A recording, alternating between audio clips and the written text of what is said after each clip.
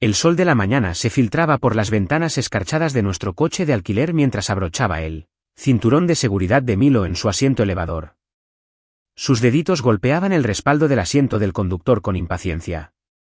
Nora estaba sentada a su lado, agarrando la brillante bolsa roja de regalo que había elegido para la tía Reba la noche anterior. Su sonrisa, tan amplia que amenazaba con partirle la cara en dos. Los miré por el retrovisor, la alegría encarnada en dos cuerpos pequeños con capas de emoción como abrigos de invierno. Y sentí una opresión en el pecho de esperanza. El brunch navideño no solía ser lo mío, pero ver sus rostros iluminarse hacía que valiera la pena cada sonrisa forzada que tendría que esbozar al llegar. Habíamos ensayado nuestras líneas en el camino: «Feliz Navidad, tía Reba».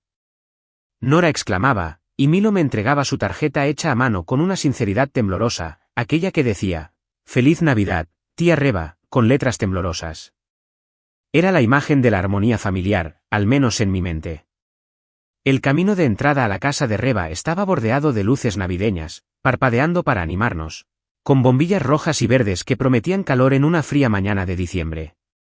Aparqué, apagué el motor y esperé un instante, respirando el aire fresco. Pensé en Laurel, su risa sonando en el altavoz de mi teléfono esa mañana mientras me recordaba que no llegara tarde, que Reba tendría algo especial preparado para los niños. Especial. Me dio un vuelco el estómago al oír la palabra, pero la reprimí. Si Laurel decía que todo estaría bien, pues bien estaría. Abrí la puerta y pisé el cemento, observando la cautelosa sujeción de Nora a su bolso y la protección de Milo a su carrito. Su confianza en mí era sagrada. Golpeé suavemente la puerta con los nudillos. Dentro, el resplandor de una guirnalda dorada rodeaba la ventana de vidrio esmerilado que había junto a ella. Oí movimiento, una exhalación brusca y luego el suave clic de un pestillo. Apareció el rostro de Reba, medio oculto por el marco. Como si nos midiera a través de esa rendija. Sus ojos, antes brillantes y traviesos como los de Laurel, estaban entrecerrados. El brillo de la guirnalda hacía brillar sus rasgos, pero no había calidez en su sonrisa. Apareció una mejilla pálida, su cabello perfecto brillaba con destellos plateados en las raíces. Entreabrió la puerta apenas un centímetro e inclinó la cabeza. «Hoy no es un buen día para tu tipo de energía», dijo con una voz empalagosa pero con un matiz quebradizo, como fragmentos de vidrio ocultos bajo el azúcar. No abrió más la puerta. Sentí una opresión en el pecho. Recordé todos los brunches navideños a los que habíamos asistido allí. Juegos en la sala, sándwiches de pavo después, chocolate con cacao manchado en las mejillas. El marco de la puerta se sentía demasiado estrecho para contener todos esos recuerdos, como si la casa misma quisiera encogerse. Mi hijo se movió detrás de mí. Miré a Nora, con el ceño fruncido por la confusión. Milo apretó la tarjeta con más fuerza. Sentí una amenaza de ira que no provenía de mí, pero la reprimí. Entonces oí una risa. La risa de Laurel, ligera, melodiosa, ese sonido que solía perseguir por las habitaciones cuando nos conocimos. Y otra risa, profunda, segura, la de alguien que no conocía la culpa. Trent, el antiguo amor de Reba en el instituto. Su voz se mezclaba con el tintineo de vasos y la suave charla. No me detuve a discutir ni a pedir explicaciones. En cambio, me arrodillé, miré a cada uno de mis hijos a los ojos y forcé una sonrisa tan genuina que me sorprendió. Señalé hacia la acera. «Vamos a comprar panqueques, ¿de acuerdo? Conozco un lugar calle abajo que prepara los mejores panqueques de suero de leche». Los hombros de Nora se relajaron. Levantó su bolsa de regalo con una sonrisa tímida y asintió. Milo soltó su tarjeta para saludar a la puerta cerrada. Me puse de pie, guiándolos con cuidado de vuelta al coche. Cada paso que daba era como si se me quitara una capa de esperanza que me había pesado en el pecho. 10 minutos después, estábamos garabateando con crayones en manteles individuales, con el jarabe pegajoso formando charcos del tamaño de un dedo, y las risas estallaban desde el otro lado de la mesa. A la camarera no le importó nuestra abrupta partida. Nora roció jarabe de chocolate en zigzag sobre sus panqueques. Milo aplastó arándanos en su plato como si fuera una búsqueda del tesoro. Revolví mi café, y el calor amargo me aterró. Entonces sonó mi teléfono. Por el número, supe que era Winston. Mi cuñado y el hermano mayor protector de Laurel. Su nombre apareció en la pantalla con una intensidad que recordaba de las discusiones de la infancia. Contesté antes de que saltara el buzón de voz. Griffin, ¿qué hiciste? Su voz era ardiente, furiosa, y tan alta que todas las cabezas se giraron. La mesa, salpicada de jarabe, se quedó en silencio, mirándome fijamente. Me acerqué, limpié el jarabe de la barbilla de Nora y dejé mi taza. No mucho, dije lentamente. Salí justo cuando me lo dijeron. Revolví el café en mi taza hasta que el vapor borró la silueta de Winston en la pantalla del teléfono. Se quedó boquiabierto, tanto que casi pude oírlo. No le di más explicaciones. Ni una disculpa. Sin justificaciones. Había aprendido que algunas puertas de las que te alejas son bendiciones disfrazadas. Colgué la llamada, vi cómo la pantalla se ponía negra y luego miré a mis hijos. La risa brotaba entre nosotros mientras Nora dibujaba la silueta de un panqueque y Milo mojaba su dedo en almíbar. No necesitábamos la casa de Reba ni la risa de Laurel resonando en el pasillo de alguien más. Teníamos nuestra propia mesa, nuestro propio calor y panqueques más grandes que la decepción. Y esa mañana, sentada entre la pegajosa dulzura, me di cuenta de que a veces el mejor regalo que puedes darles a tus hijos es la certeza de que protegerás su alegría, incluso si eso significa alejarte. Hace 3 años, Reba se presentó en nuestra puerta con una mirada de angustia en los ojos y una bolsa de lona que vibraba de desesperación. Había escapado de una mala relación solo para caer en la ruina financiera, con un historial crediticio tan deteriorado que parecía una historia de terror. Laurel sintió lástima por su hermana, y yo también, sin dudarlo. Firmé el contrato de arrendamiento del nuevo apartamento de Reba a mi nombre, contraté a la mudanza y amueblé el lugar con una calidez cuidadosamente seleccionada. Un sofá mullido que negocía a la baja, una mesa de comedor resistente que encontré en una tienda de segunda mano y ropa de cama suave que me recordaba a casa. 6 meses de servicios, alquiler y alguna que otra compra salieron de mi cuenta sin dudarlo. En aquel entonces, Reba me consideraba su salvador, su caballero de armadura descolorida. Creí que su gratitud se convertiría en algo duradero. En aquellas primeras semanas, sonreía radiante cada vez que llegaba algo. Un ramo de una vecina, un paquete de su madre, una taza original con la frase, «Levántate, hermana, levántate». Me enviaba fotos de su nuevo santuario, rincones enmarcados con luces centelleantes o cojines en tonos pastel. Observé la transformación en tiempo real, las paredes, antes vacías, hacían que los muebles se apoyaran en ellas como soldados orgullosos. Yo también me sentía orgullosa, como si yo misma hubiera puesto cada tabla del suelo. Pero con el paso de los meses, sus actualizaciones se volvieron menos frecuentes. Sus mensajes de agradecimiento se redujeron a una sola palabra. Gracias, lo entiendo, vale. Sus fotos dejaron de llegar por completo. Cuando Reba contactaba, siempre era por dinero. Una secadora rota, un pago atrasado, la pantalla del teléfono rota. Transferí fondos una y otra vez, convencido de que era una espiral pasajera. Cada vez que ingresaba un nuevo pago en su cuenta, me decía a mí mismo que recuperaría el aliento y volvería a buscar su independencia. Te prometo que no te arrepentirás, le escribía, acentuando su mensaje con emojis de ansiedad. Pero el arrepentimiento no era mío, era la advertencia de sus decisiones. Mi papel era apoyarla, decía Laurel. La familia se mantiene unida. Así que me tragué la inquietud que me carcomía las entrañas. Entonces llegó octubre, cuando me di cuenta de que no la había visto en las reuniones familiares. Le pregunté a Laurel en voz baja si Reba estaba bien. Está ocupada con el trabajo, me aseguró Laurel, pero le temblaba la voz. Entré a escondidas en las redes sociales y descubrí un rastro irregular de publicaciones crípticas. Menciones de vampiros energéticos y raíces tóxicas me dejaron sin aliento. Pero ella nunca mencionó nombres. Decidí mantener el contrato de arrendamiento. Ya estaba demasiado metido, echarme atrás se sentía como una traición. Aquella mañana de Navidad, cuando ella se asomó por la ventana esmerilada y me espetó, «Hoy no es un buen día para tu tipo de energía», algo dentro de mí se quebró. No un hueso, sino una brújula moral que giraba descontroladamente. Me di cuenta de que estaba enredada en una relación que había pasado de mutua a mercenaria. La gratitud de Reba había expirado, su vínculo fraternal se había corroído hasta convertirse en un derecho. Sin embargo, no podía negar la realidad práctica. El contrato de arrendamiento estaba a mi nombre y el casero había empezado a enviar avisos de vencimiento. Mi nombre cargó con todo el riesgo. Esa tarde, programé una llamada con el administrador de la propiedad. Sentí el peso de cada dólar gastado, las noches en vela preguntándome si había hecho lo suficiente, las semanas sin asistir a eventos sociales para poder enviar otro pago. El silencio de Reba se hizo más fuerte que cualquier protesta. Di un preaviso de 60 días, rescindiendo oficialmente el contrato de arrendamiento. La línea telefónica crepitó ante la sorpresa del gerente.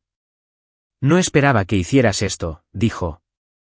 Yo tampoco, pero las palabras salieron de mi boca firmes y resueltas. Colgué sintiéndome más ligero, como si me hubiera quitado un abrigo empapado por la lluvia. Laurel escuchó en silencio, atónita, cuando se lo conté esa noche. Tenía lágrimas en los ojos, dividida entre la lealtad fraternal y la lógica que le expliqué. Reba había estado ignorando llamadas desde octubre, sin responder correos electrónicos y dejando el apartamento desatendido. Servicios sin pagar, meses de alquiler atrasados. Y ahora daños a la propiedad que pesan sobre mi historial crediticio. Su historial era de película de terror, le recordé con dulzura. Ella lo entendió, pero el dolor persistía en su mirada. Sabía que mi familia estaba herida.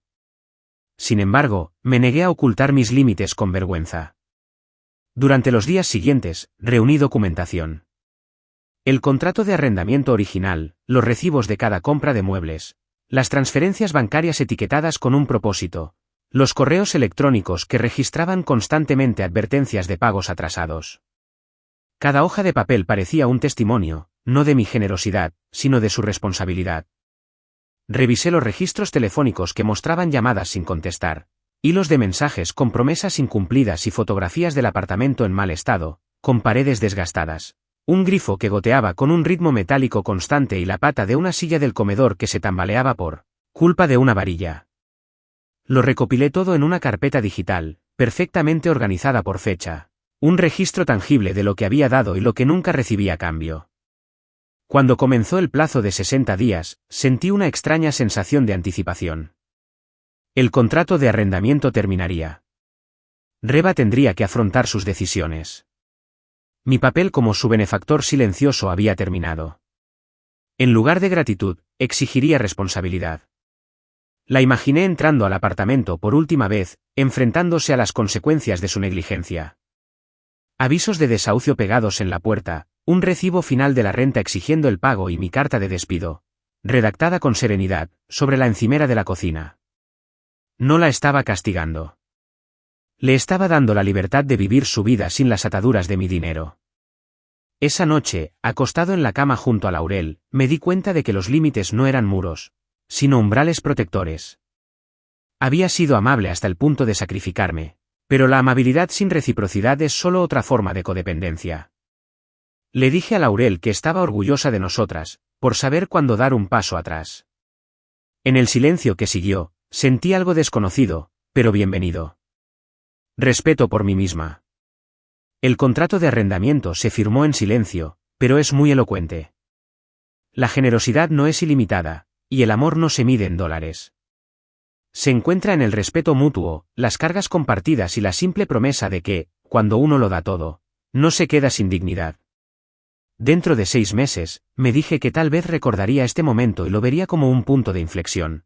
Un momento en el que finalmente reconocí que algunas puertas, una vez abiertas, deben cerrarse. Y así lo permití. Lo llamaron amor. Lo llamé reconocimiento de patrones. Hace 3 años, Reba apareció en nuestra puerta con una mirada de angustia en los ojos y una bolsa de lona que vibraba de desesperación.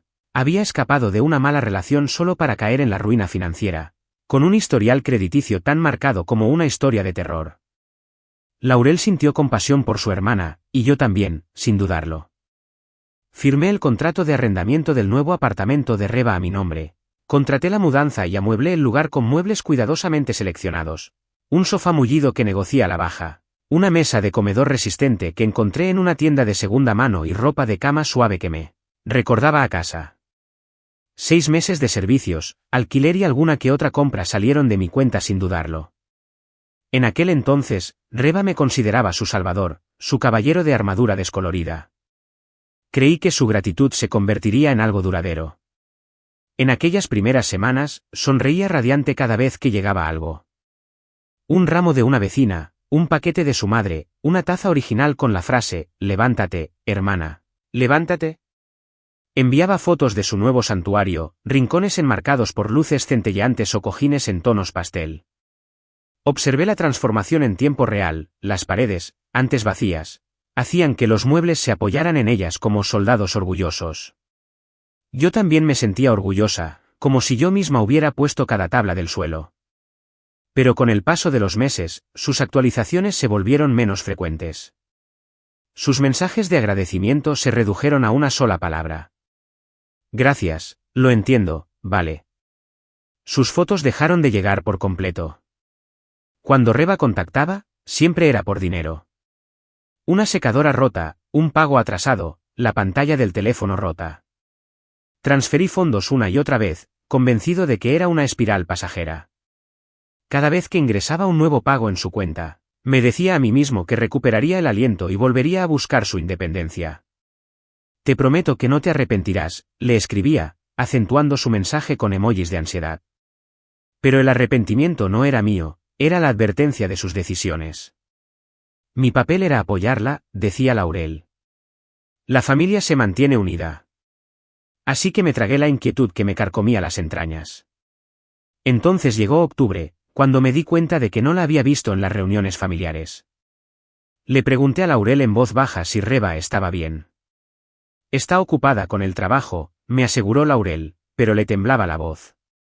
Entrando a escondidas en las redes sociales, descubrí un reguero de mensajes crípticos, menciones a vampiros energéticos y raíces tóxicas que me dejaron sin aliento. Pero ella nunca mencionó nombres.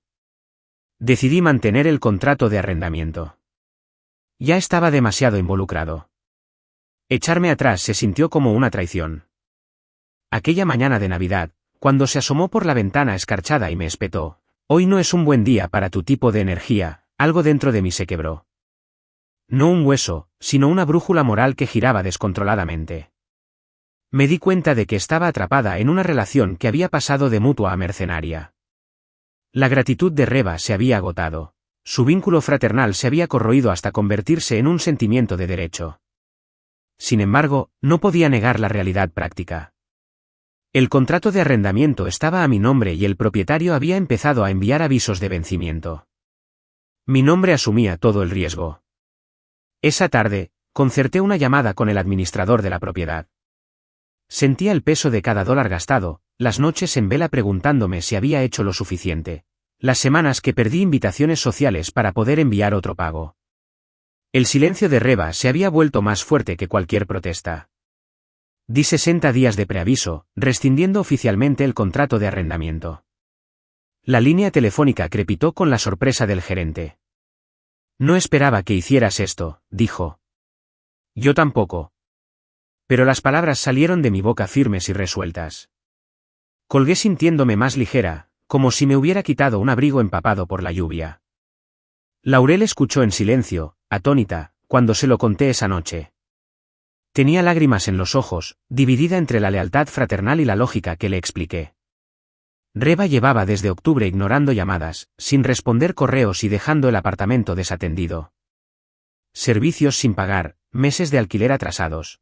Y ahora los daños a la propiedad pesaban sobre mi historial crediticio. Su historial era de película de terror, le recordé con dulzura. Ella lo entendía, pero el dolor persistía en su mirada. Sabía que la familia sufría. Aún así, me negué a ocultar mis límites con vergüenza. Durante los siguientes días, reuní documentación. El contrato de arrendamiento original, recibos de cada compra de muebles, transferencias bancarias etiquetadas con un propósito, correos electrónicos que registraban constantemente advertencias de pagos atrasados. Cada hoja de papel parecía un testamento.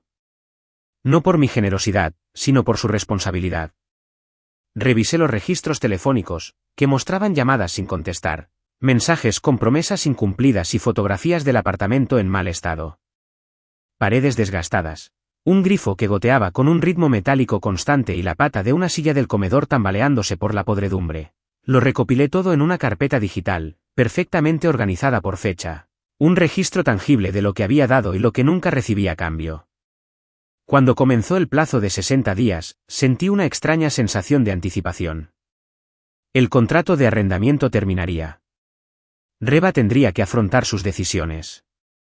Mi papel como su benefactor silencioso había terminado. En lugar de gratitud, exigiría responsabilidad. La imaginé entrando al apartamento por última vez, enfrentándose a las consecuencias de su negligencia, con avisos de desalojo pegados en la puerta, un último recibo de alquiler exigiendo el pago y mi carta de despido, redactada con serenidad, sobre la encimera de la cocina. No la estaba castigando. Le estaba dando la libertad de vivir su vida sin las ataduras de mi dinero. Esa noche, mientras yacía en la cama junto a Laurel, me di cuenta de que los límites no eran muros, sino umbrales protectores. Había sido amable hasta el autosacrificio, pero la amabilidad sin reciprocidad es solo otra forma de codependencia. Le dije a Laurel que estaba orgullosa de nosotras, por saber cuándo dar un paso atrás. En el silencio que siguió, sentí algo desconocido, pero bienvenido.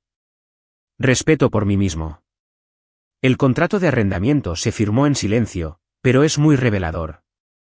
La generosidad no es ilimitada, y el amor no se mide en dólares. Se encuentra en el respeto mutuo, en las cargas compartidas y en la simple promesa de que, cuando lo das todo, no quedas desprovisto de dignidad. Dentro de 6 meses, me dije, quizá recordaré este momento y lo veré como un punto de inflexión. Un momento en el que finalmente reconocí que algunas puertas, una vez abiertas, deben cerrarse. Y así lo dejé.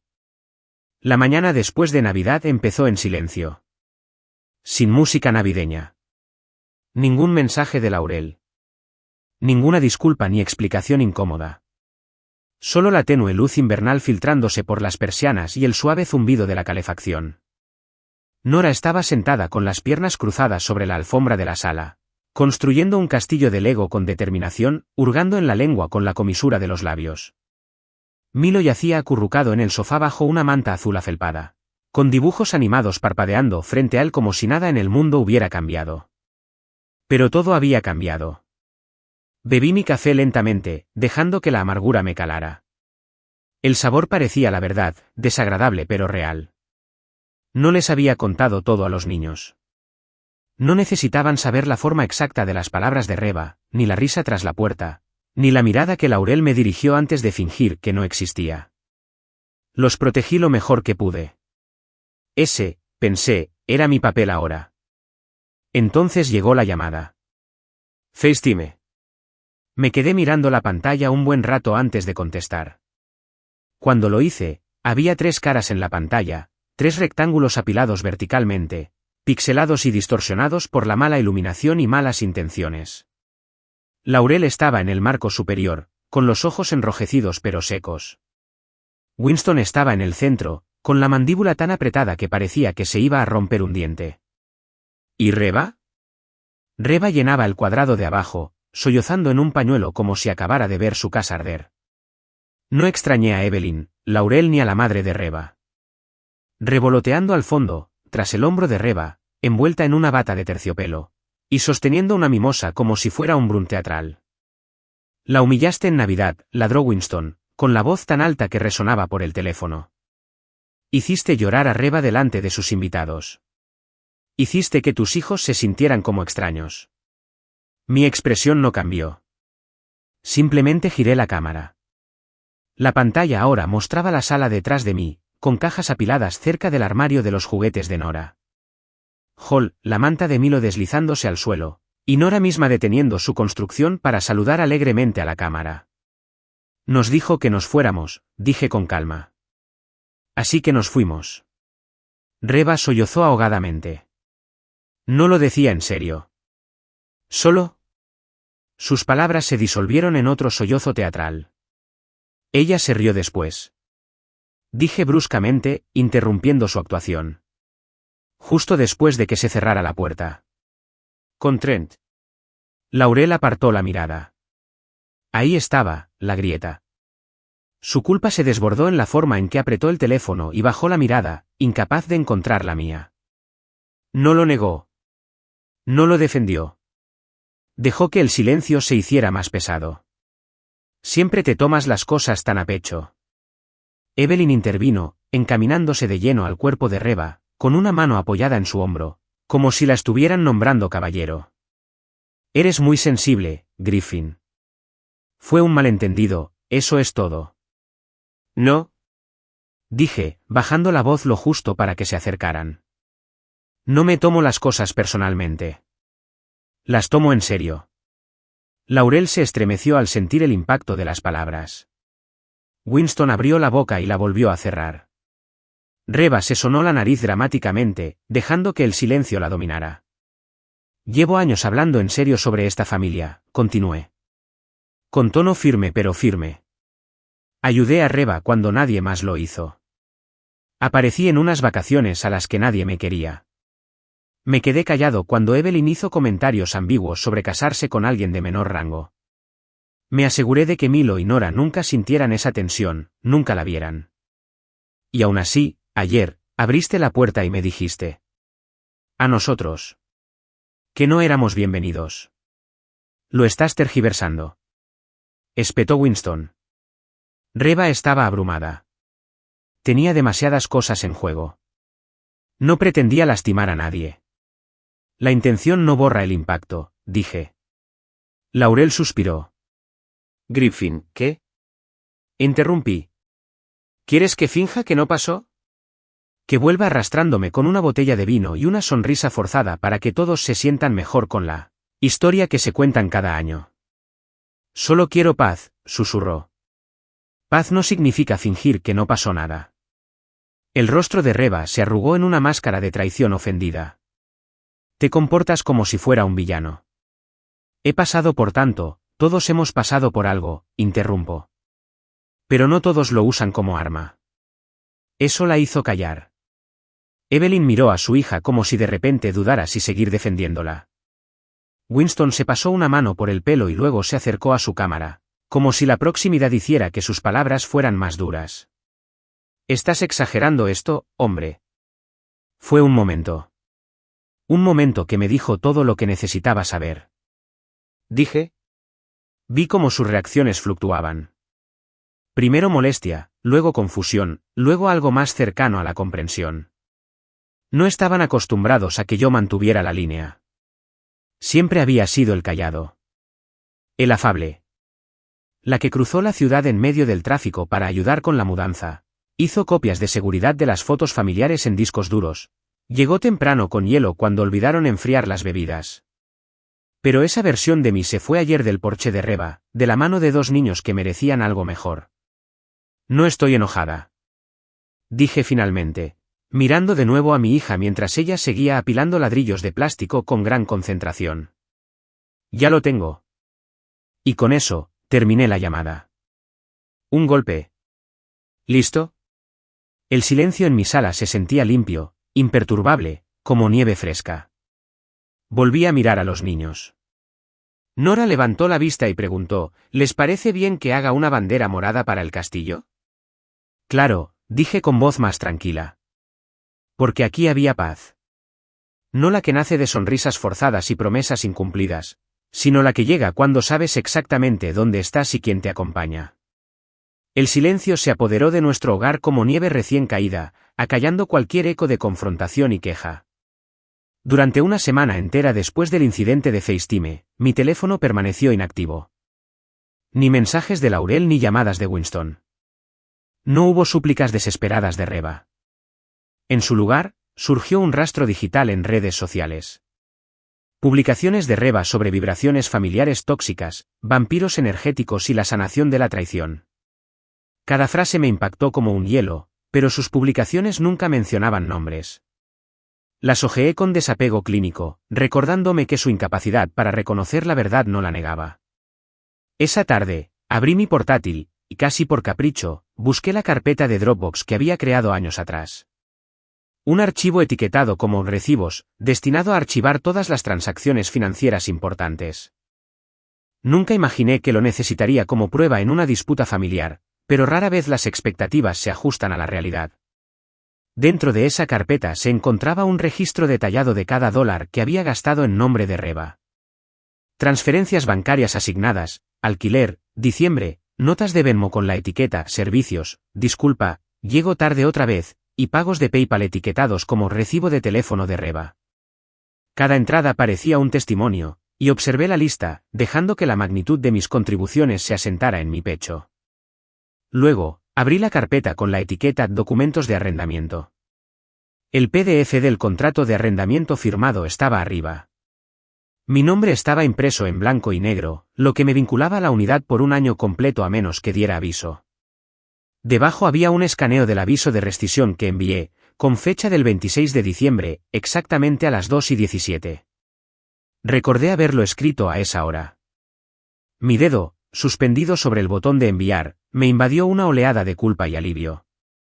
Pulsé enviar y sentí que el contrato se me escapaba de los hombros como una pesada capa. Pero la historia no terminó ahí.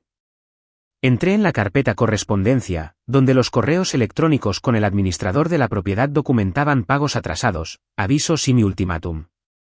Un correo del 10 de enero contenía fotos del estado del apartamento, telarañas manchadas de vino sobre la alfombra beige, arañazos de perro en los marcos de madera de las puertas, un cristal roto, agrietado como una telaraña. Dejé que las imágenes llenaran la pantalla, intentando recordar si en esas habitaciones se habían sentido risas o lágrimas. Solo recordaba el olor a vino rancio y la sensación vacía de haber pagado por el caos ajeno. Una última carpeta, etiquetada como mensajes, guardaba nuestras conversaciones por móvil. Revisé los mensajes de Reba, empezando por su súplica inicial. Juro que esto es lo último que pediré. Ayúdame, solo una vez más. Debajo de eso yacen las promesas rotas, empezar de cero el mes que viene, y ahora estoy de nuevo en pie. El último mensaje del 15 de noviembre decía simplemente, ¿puedes enviarme el alquiler? Mi sueldo llegó más tarde de lo esperado.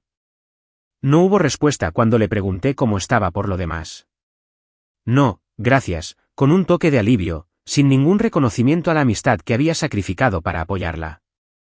Solo un libro de expectativas parcial.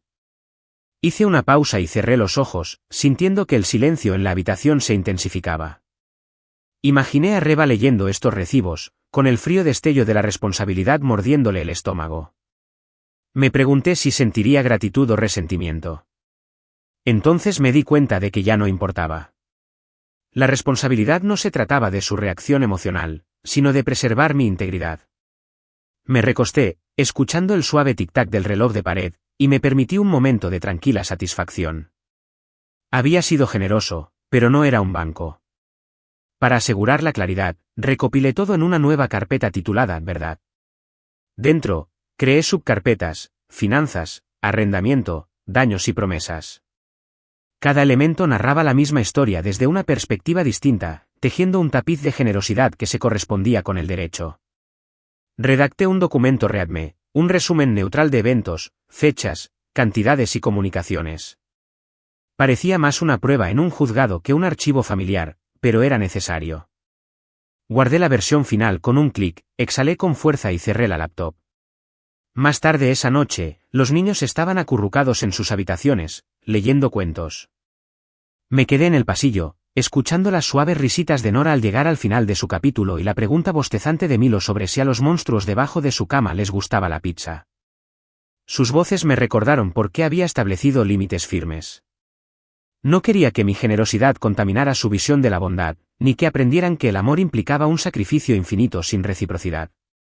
Regresé a mi estudio y saqué un diario, una costumbre que mantenía antes de que la vida me resultara eternamente urgente. Escribí una sola línea. La amabilidad es un regalo, no una garantía. Luego enumeré 3 cosas por las que estuve agradecido ese día.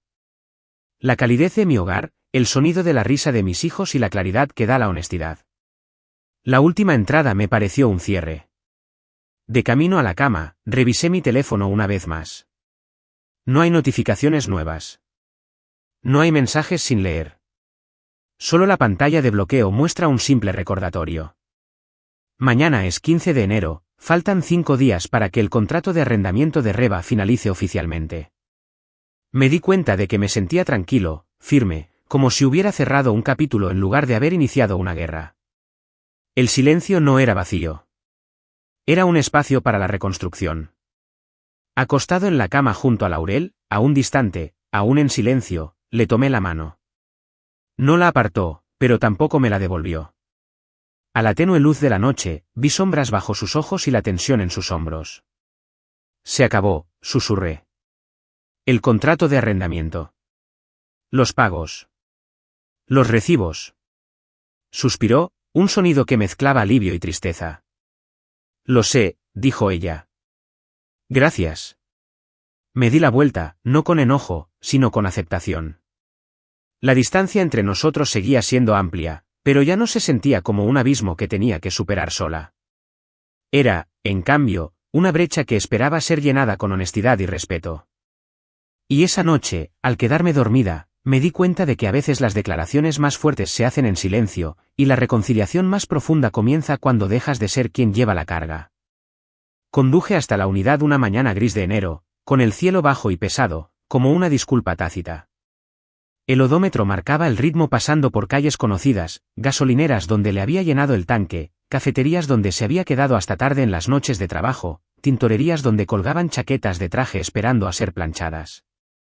Al entrar en su cuadra, una franja de hielo cubrió la acera, y aparqué 2 puertas más allá. La puerta de su apartamento permanecía silenciosa, discreta, como si nada en su vida hubiera cambiado. Abrí la puerta del coche y salí a la acera, cada respiración empañaba el aire frente a mí. Deseé sentir alivio, pero en cambio solo sentí una punzada fría de anticipación. Entré al vestíbulo y encendí la luz. Todo me recibió a la vez, como una actuación bien ensayada. Montones de bolsas de compra vacías, marcas de diseñadores revoloteando como facturas de impuestos de otra vida esparcidas por el suelo. Un único zapato de tacón alto tumbado de lado junto a un perchero lleno de bufandas y chaquetas medio desabrochadas. Montones de correo y facturas sin abrir esparcidos sobre la consola, con los bordes curvados como si les avergonzara ser ignorados. En el centro, pegada torcida con cinta adhesiva a la puerta del refrigerador, estaba esa cita motivacional escrita en letra negra sobre cartulina blanca. Sé la mujer que se arregla la corona. La ironía me arañó y reí, un sonido que resonó en el vacío, alarmante por su volumen. La cocina era lo siguiente. Las encimeras de granito estaban manchadas de lápiz labial corrido y con marcas de tazas de café, como si alguien hubiera intentado usar la habitación como escenario para su rutina matutina, pero se hubiera ido a mitad de la escena. Abrí el refrigerador y encontré condimentos caducados, una botella de vino rosado medio vacía enfriándose en la puerta y una nota adhesiva que decía, «Cena a las 7». Pasé el dedo por la viga del techo, donde una hilera de luces navideñas rotas aún colgaba flácida, y me pregunté si sus salidas nocturnas con Trent también se verían así. Brillantes y prometedoras, enredadas en el descuido. Recorrí la sala, donde un sillón mullido estaba inclinado hacia una pantalla de televisión llena de huellas y manchas, como si alguien hubiera pasado horas agarrando el control remoto con frustración. Un cojín de terciopelo yacía tirado en el suelo, con una esquina rota como si una mascota o una persona lo hubiera tirado con rabia.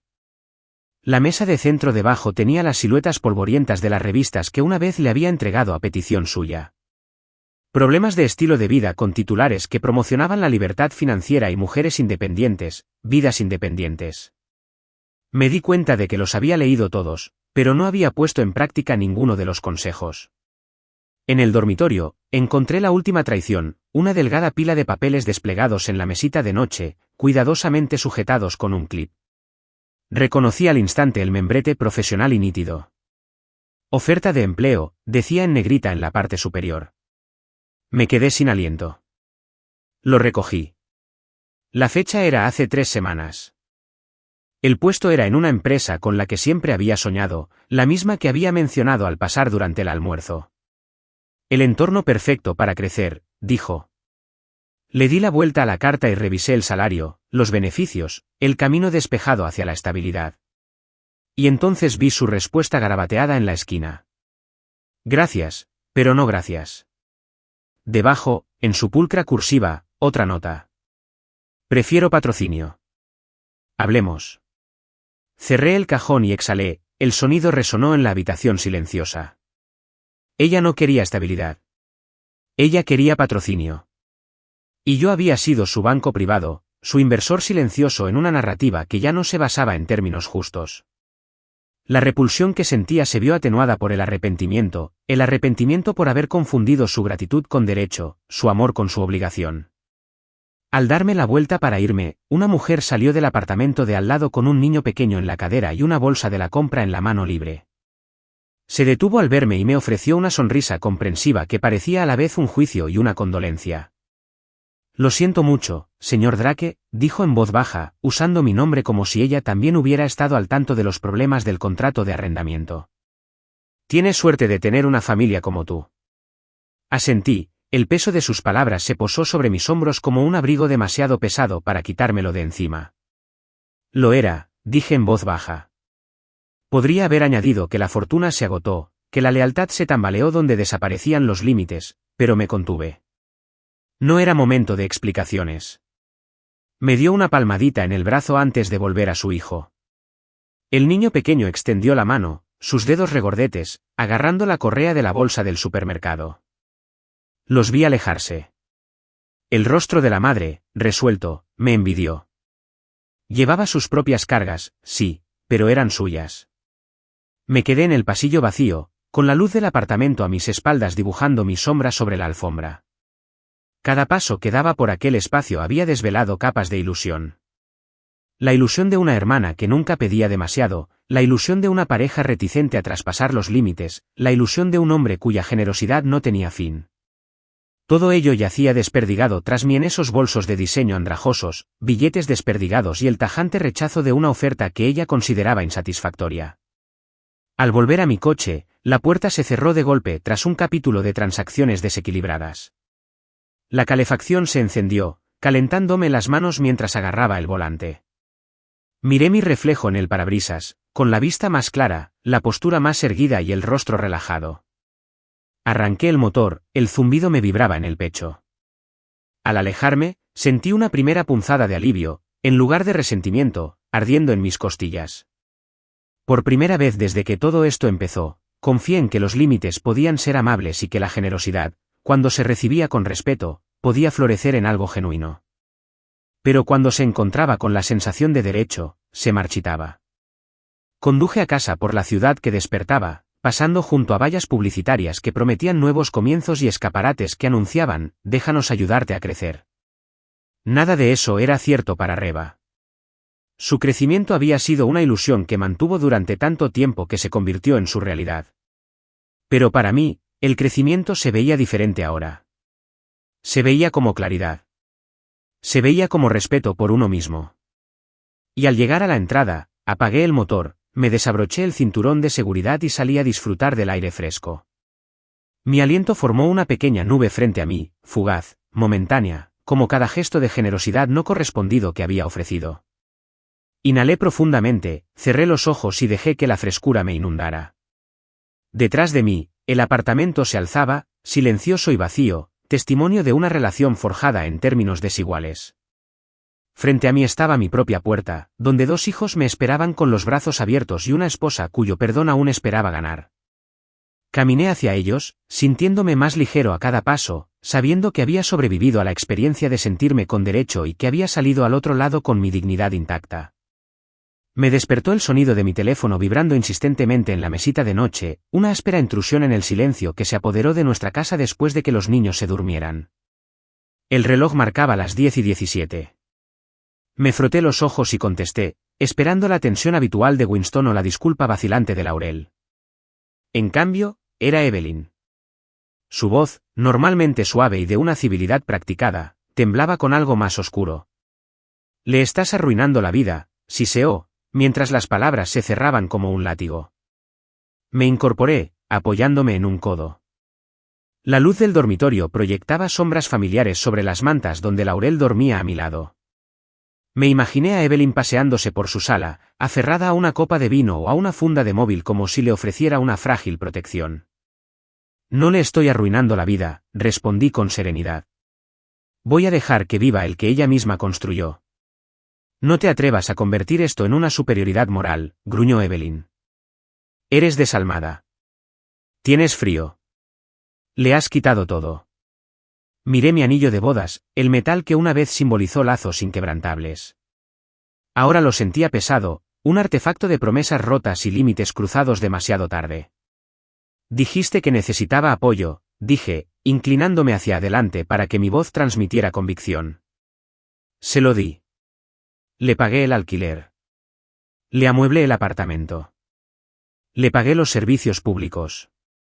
Y cuando me pagó con privilegios, falta de respeto y negligencia, le retiré mi apoyo. Eso no es crueldad. Es responsabilidad. La respuesta de Evelyn fue un jadeo entrecortado, como si le costara encontrar una réplica. Por un instante, esperé silencio. Pero entonces escupió, «Te arrepentirás de esto». Quizás, dije, levantándome y cruzando la habitación hacia la ventana. Aparté la cortina y miré hacia el patio trasero, donde una farola solitaria proyectaba un haz de luz ámbar sobre el césped cubierto de escarcha. Pero me arrepentiría más de vivir una mentira. La oí inhalar con fuerza antes de colgar el teléfono de golpe. Su furia resonó en la comunicación hasta que se cortó, dejando solo estática. Me quedé mirando el teléfono un momento, con el corazón latiéndome con fuerza, luego lo coloqué boca abajo y exhalé. Mi aliento empañó el frío cristal de la ventana. Esta noche, me di cuenta, no se trataba de su dolor ni del de Evelyn. Se trataba del mío. Durante demasiado tiempo, sacrifiqué mi paz en aras de la obligación familiar.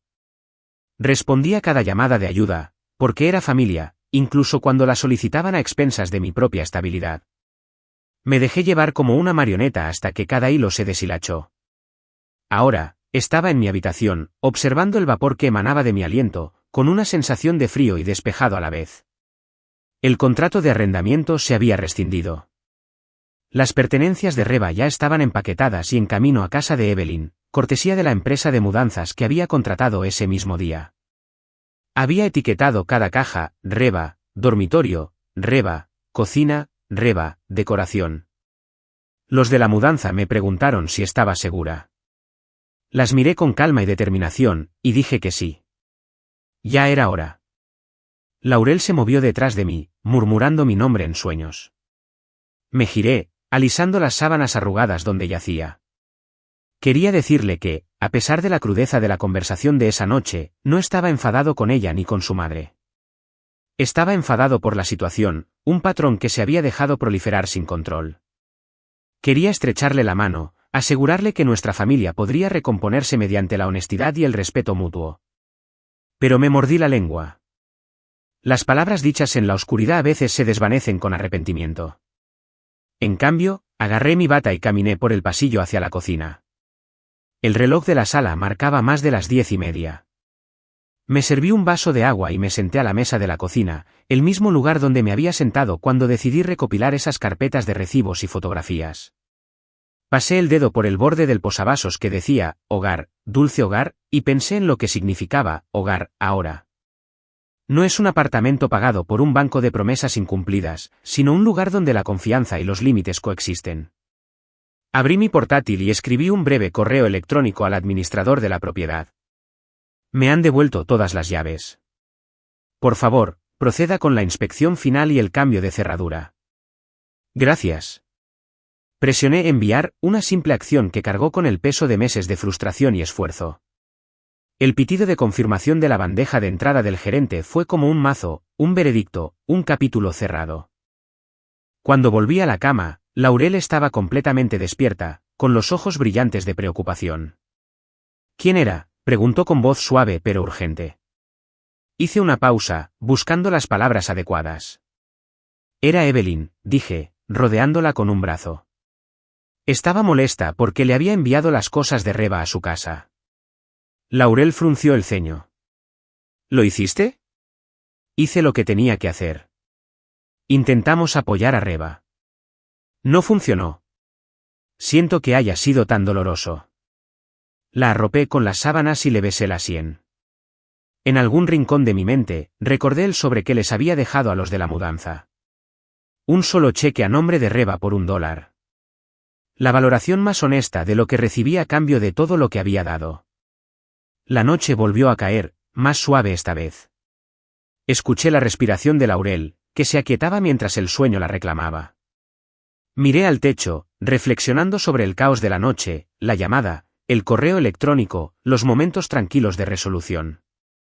Sentí una punzada de tristeza, no por la difícil situación de Reba, sino por la pérdida de la inocencia que había arrastrado durante tanto tiempo. Comprendí que renunciar a una dinámica tóxica no era traición, sino respeto por uno mismo. Para cuando cerré los ojos, la tormenta había pasado. Afuera, las luces navideñas de un vecino parpadeaban tenuemente en la oscuridad invernal. Imaginé las cajas de Reba llegando a la puerta de Evelyn, el comienzo de su siguiente capítulo con el peso de sus decisiones oprimiéndola. Y pensé en mis hijos, soñando en sus camas, ajenos a las batallas que libraban en la noche para asegurar su paz. Me quedé dormido con un último pensamiento resonando en mi mente. No soy el villano de su historia. Soy el autor de la mía. Y por primera vez en mucho tiempo, esa verdad se sintió como el mejor regalo que podía darnos a todos. No fue hasta mediados de enero, cuando el invierno había marcado líneas blancas en cada cerca y mi aliento formaba nubes de vapor cada vez que exhalaba, que las consecuencias llegaron a mi lugar de trabajo. Estaba sentado en mi escritorio, revisando un expediente, cuando mi teléfono vibró con una notificación desconocida. Habían etiquetado mi bufete en una publicación en redes sociales. Curioso y cauteloso, hice clic en el enlace. Ahí estaba, el rostro de Reba, enmarcado por la indignación y la acusación, sus palabras resonaban en la pantalla. Mi cuñado me está maltratando económicamente. Manipulación económica en su máxima expresión. Me quedé paralizado, con el corazón latiendo con fuerza. La publicación ya había tenido repercusión. Docenas de comentarios mostrando empatía, amigos compartiéndola y respaldando sus afirmaciones. Sentí un profundo malestar al darme cuenta de que clientes, colegas y el Departamento de Recursos Humanos lo veían. Minimicé el navegador y busqué el teléfono que tenía fijado en la pantalla. Busqué en la aplicación de mensajería interna de la empresa y encontré una llamada de nuestra representante de RRHH, Karen. Griffin, ¿estás disponible? La voz de Karen era educada, pero tensa, cuando apareció en la videollamada. He recibido algunas consultas sobre este puesto. Hay gente preocupada. Respiré hondo para tranquilizarme. Sí, vi la publicación. Quisiera contextualizarla. Expliqué, brevemente y sin rencor, cómo apoyé el contrato de arrendamiento y los servicios públicos de Reba, la notificación de rescisión y los daños materiales documentados. Hablé con calma, sabiendo que el tono importaba tanto como el contenido. ¿Tienes pruebas?, preguntó Karen. Sus dedos tamborileaban sobre el escritorio virtual, una sutil señal de escepticismo. Sí. Dije con confianza.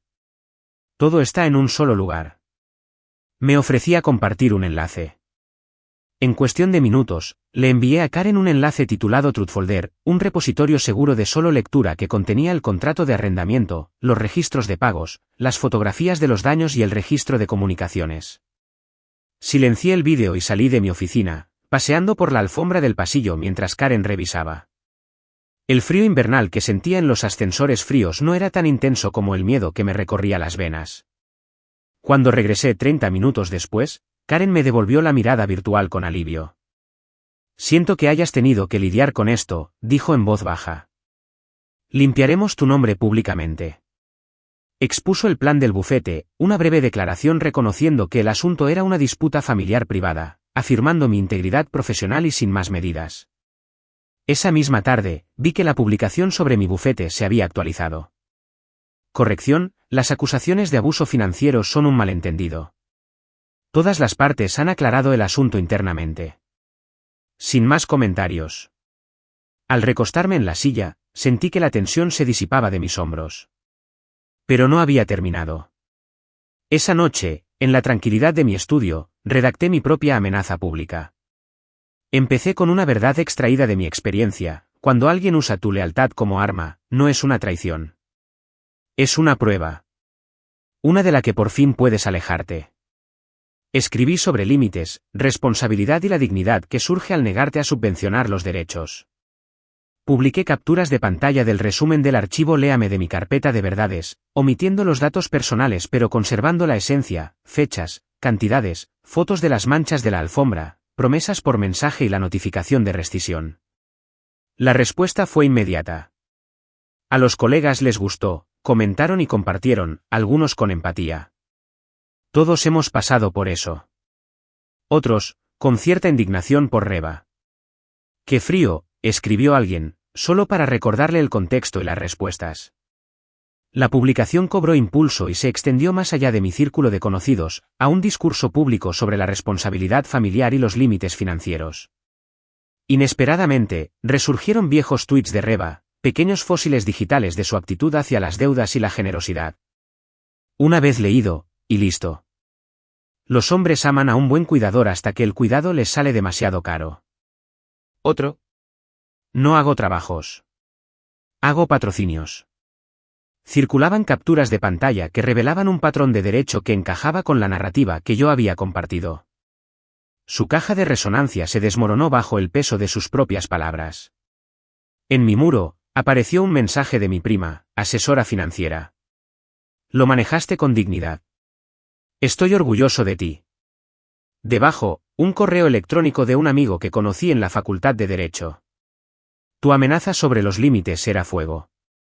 Mantente firme, hermano. Hice una pausa, dejando que la calidez del apoyo me inundara. Durante años, fui quien arreglaba las cosas. Quien cubría los agujeros, financiaba sueños y suavizaba las asperezas. Esta vez, sin embargo, el remiendo de mi vida se tejía con claridad en lugar de censura.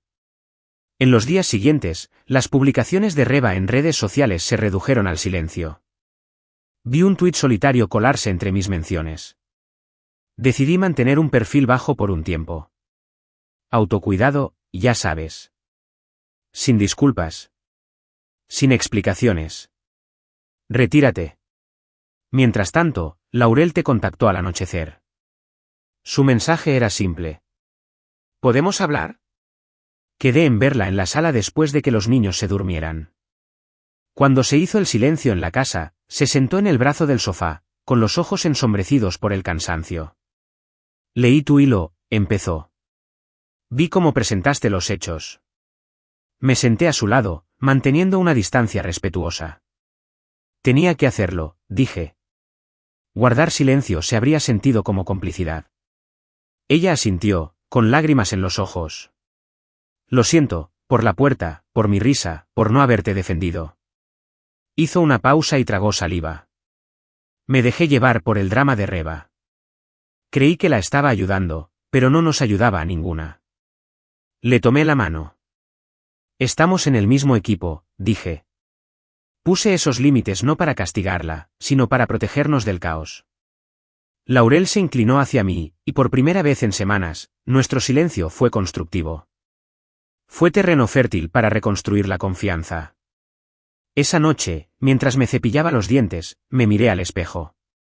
El hombre que le devolvía la mirada llevaba el mismo traje y la misma corbata, pero su postura era diferente. Hombros rectos en lugar de hundidos, mandíbulas apretadas en lugar de rígidas. El reflejo le recordaba. Defenderse puede ser un acto de compasión, hacia uno mismo y hacia quienes se aman. Al final, desenmascarar públicamente el derecho a todo no se sintió como venganza. Se sintió como limpiar un camino para que todos pudieran transitarlo con rectitud. Sabía que Reba tal vez nunca comprendería ni admitiría sus errores. Esa era su historia, no la mía. Pero al quedarme dormido, me di cuenta de que había recuperado algo más que mi reputación, había recuperado mi narrativa. Y a veces, esa es la mayor justicia de todas. El teléfono sonó justo cuando estaba recogiendo los platos, con el último trozo de lasaña que me había calentado aún en el tenedor. Los niños estaban arriba bañándose, Laurel ordenaba el correo y el estudio, y yo disfrutaba de la tranquilidad de la cocina. Azulejos frescos bajo mis pies, el zumbido del refrigerador como un suspiro de compañía. Cuando vi el nombre de Reba aparecer en la pantalla, se me encogió el corazón. No había hablado con ella desde la diatriba de Evelyn a medianoche, y una parte de mí se preguntaba si alguna vez volvería a hablar con ella. Aún así, deslicé el dedo para responder. Griffin. Me están amenazando, dijo con la voz entrecortada. Casi podía imaginarla de pie en el recibidor de su madre, con los puños en alto mientras los comentarios se acumulaban en sus redes sociales. Trolls llamando la reina del derecho, Amigos advirtiéndole que no me tomara en serio, desconocidos afirmando que se había convertido en una historia con moraleja. Su pánico resonó en la línea. Dejé el tenedor, eché la silla hacia atrás y me apoyé en la barra. Después de todo, después de los recibos, los avisos de desalojo, las revelaciones públicas, sus miedos sonaban como un eco lejano. No es culpa mía, dije con voz neutral pero firme. Inhaló profundamente. ¿Y tú? Se interrumpió, buscando las palabras. No tenías que hacerlo público. Pasé el pulgar por el borde de la encimera, sintiendo su fresca suavidad bajo mi piel callosa. Tú construiste el escenario, dije. Acabo de encender las luces. Mis palabras flotaron entre nosotros, brillantes e implacables. Hubo una pausa, cargada de significado y acusadora. La oí tragar saliva, como si se robara. ¿Me odias?, preguntó, con un temblor en la voz. Pensé en las pilas de facturas que dejó sin pagar, las promesas vacías, las risas tras la ventana esmerilada que me llevaron a un reservado en un restaurante con 2 niños con los ojos como platos. Pensé en los depósitos dañados, el marco de la ventana roto, el aviso de rescisión del contrato pegado en la puerta. Sentí una opresión en el pecho, una mezcla de tristeza y alivio. Tristeza por lo perdido, alivio por no cargar ya con el peso de sus decisiones. No me quedan fuerzas para odiarte, respondí en voz baja. Su voz tembló. ¿Podemos arreglar esto? Bajé la vista hacia mi tenedor, el último trozo de pasta ya frío, abandonado en su plato. Imaginé los nudos de expectativas y privilegio que se habían formado entre nosotros, nudos tan fuertes que ni siquiera el amor podría separarlos. No hay nosotros, dije, palabras suaves pero rotundas. La oí murmurar algo antes de que se cortara la comunicación. Quizás era ira. Quizás fue desamor. Quizás fue la última esperanza que se desvanecía.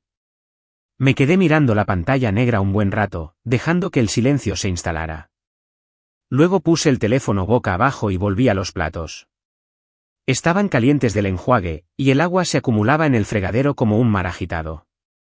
Mis manos se movían automáticamente, fregando los restos de la cena, simbólicamente, los restos de aquella última conversación. Sentí el ritmo del grifo, constante, insistente, lavándome con una cadencia extrañamente relajante. Cuando los platos estuvieron listos, me sequé las manos con una toalla y me apoyé en la encimera, con la cabeza apoyada en la palma. Las luces de la cocina brillaban en el techo, proyectando suaves sombras sobre el suelo de baldosas. Respiré hondo, notando el aroma a jabón de platos mezclado con un ligero toque de lasaña. El mundo se sentía extrañamente hogareño, seguro, aunque hacía una hora, mi llamada había amenazado con arrastrarme de nuevo al caos. Pensé en Nora y Milo, sus rostros en el desayuno, brillantes por los crayones y el jarabe. Pensé en Laurel, con el ceño fruncido por la preocupación cuando me preguntó qué le había dicho a Reba. Comprendí que la distancia entre Reba y yo no se basaba solo en lo que ella había hecho, sino en los límites que debía establecer para preservar la paz familiar.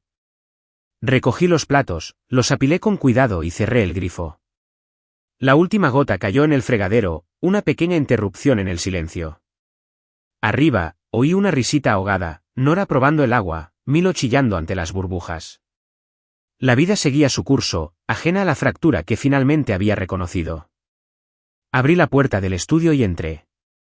Laurel levantó la vista del montón de correo, con la preocupación grabada en el rostro. ¿Cómo te fue?, preguntó en voz baja. Consideré resumir la llamada, pero las palabras me resultaron pesadas, demasiado definitivas para compartirlas a la ligera. En cambio, me encogí de hombros y esbocé una pequeña sonrisa. ¿Listo?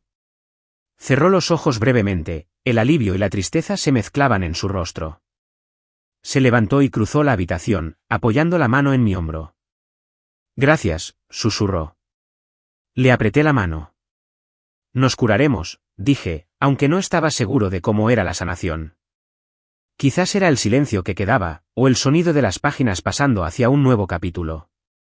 De vuelta en la cocina, llené un termo con café tibio y lo puse en la encimera.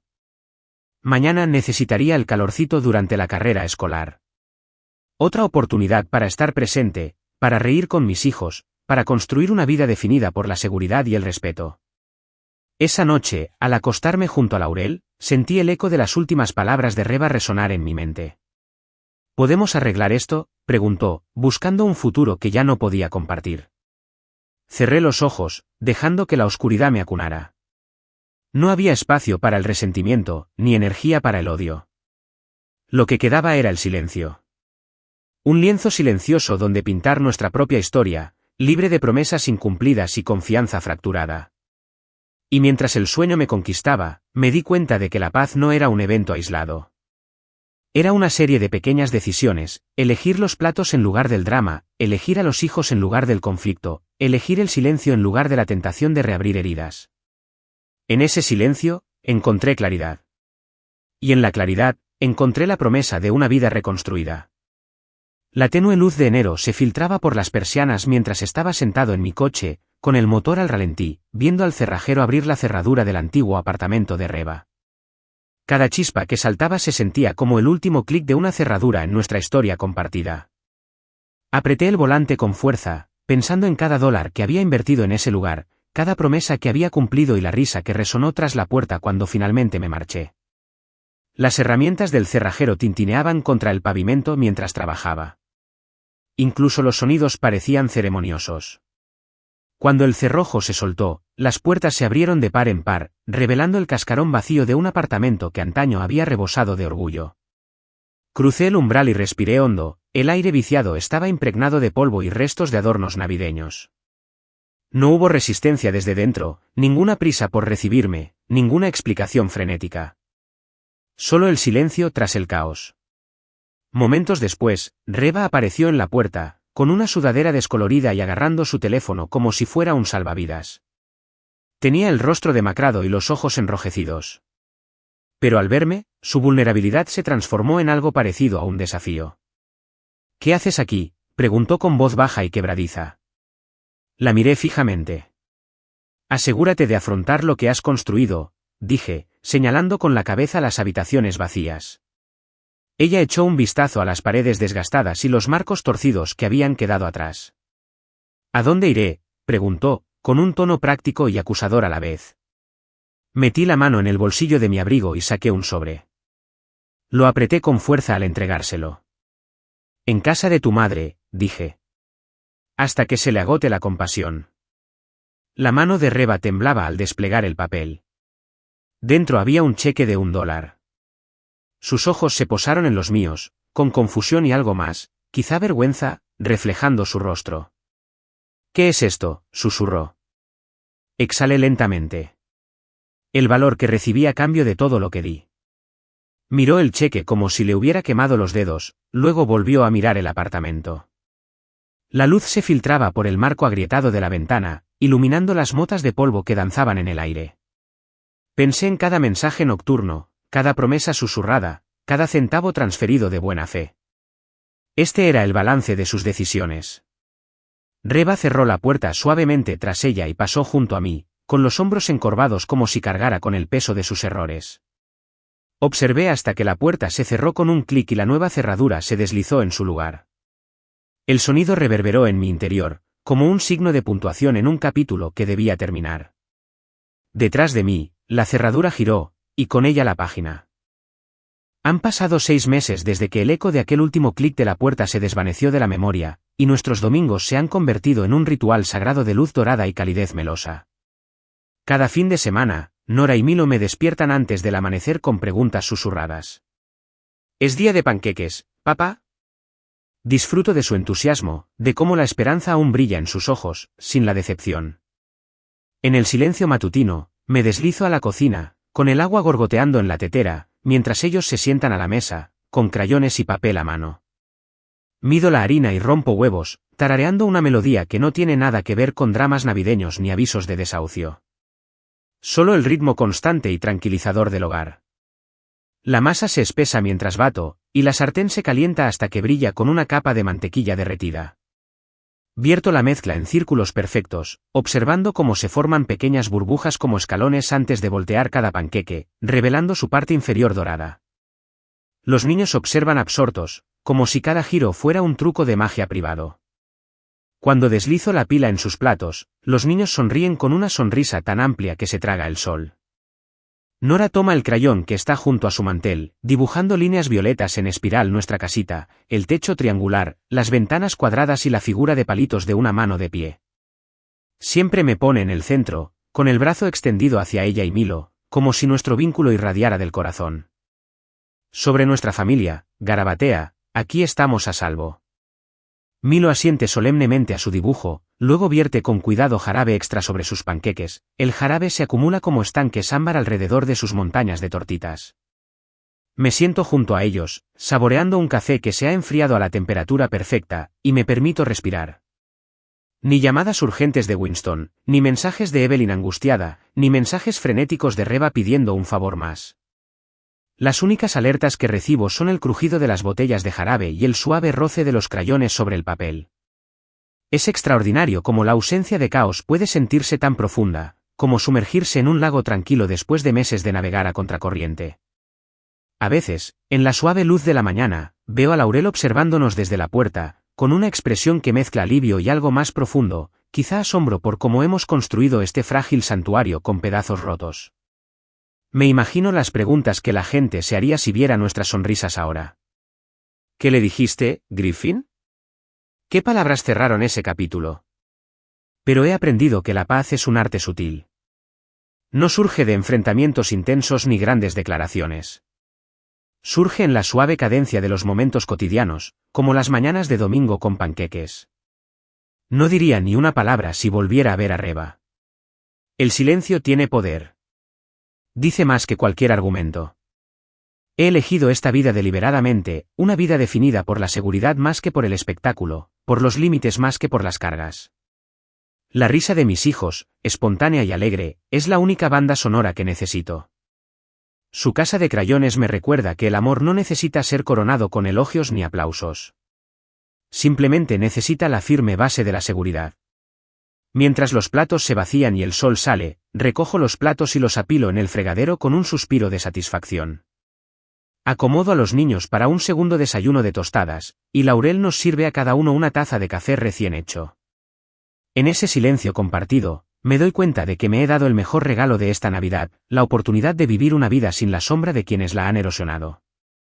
Y esa, más que cualquier fiesta o reunión festiva, es la paz que elegimos y la paz que mantenemos para siempre.